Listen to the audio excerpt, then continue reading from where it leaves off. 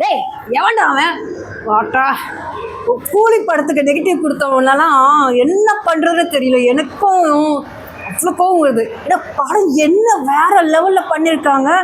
இந்த படத்துக்கு போய் நெகட்டிவ் ரிவ்யூஸ்ன்னு சொல்லிட்டு கொடுத்துட்ருக்கீங்க. சரியில்லை, படம் சரியில்லை, எதிர்பார்த்த மாதிரி இல்லை. இன்னும் என்னடா எதிர்பார்க்குறீங்க நீங்கள்? படத்தில் இன்னும் என்ன வேணும் உங்களுக்கு? ஐட்டம் சாங் வேணுமா? சும்மா படம் இப்போ எவ்வளோ நல்லா இருக்குது. நான் இன்றைக்கி படம் வந்து ஒரு என்ன சொல்கிறது, ஒரு மிக்சட் ரிவ்யூஸ்லாம் கேட்டதுனால எனக்கு என்னடா அது இவ்வளோ கஷ்டப்பட்டு இவ்வளோ ப்ரொமோஷன்ஸ் இவ்வளோ இதுவாக பிரம்மாண்டமாக தயாரிச்சு படத்தை போய் இப்படி மிக்சட் ரிவ்யூ கொடுக்குறீங்களேன்னு சொல்லிட்டு நானும் கொஞ்சம் எதிர்பார்க்காம தான் வந்தேன். படம் சூப்பராக இருக்குது. அதுவும் எவனோ ஒரு சொன்னான் நாகார்ஜுனாவோட ரோல் ரொம்ப கம்மியாக இருக்குன்னு. ஏங்க இதுக்கு மேலே என்னங்க வேணும்? ஒவ்வொரு ஆக்டரும் எல்லா கேமியோவும் வந்து சூப்பராகவே பெர்ஃபார்ம் பண்ணியிருக்காங்க. எல்லாரும் மனசு நிற்கிற மாதிரி தான் பண்ணியிருக்காங்க. என்ன ஒன்றே ஒன்று கஷ்டமாக ஃபீல் பண்ணுறதுனா, ஃபேமிலியோடு நிறைய பேர் வந்தாங்க. ஏ சர்டிஃபிகேட் படம் வந்ததுனால குழந்தைங்களால் பார்க்க முடியாது, வயலன்ஸ் அதிகமாக இருக்குன்னு.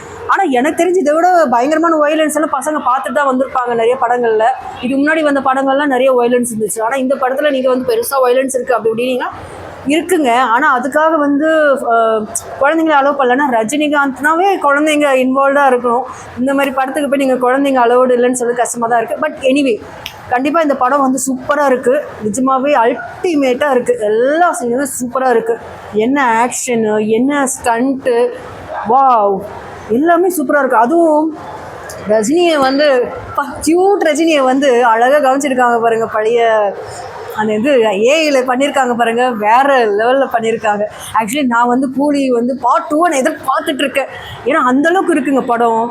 நீங்கள் என்னங்க ரசிப்பு தன்மைலாம் எங்கெங்க போச்சு உங்களுக்கு?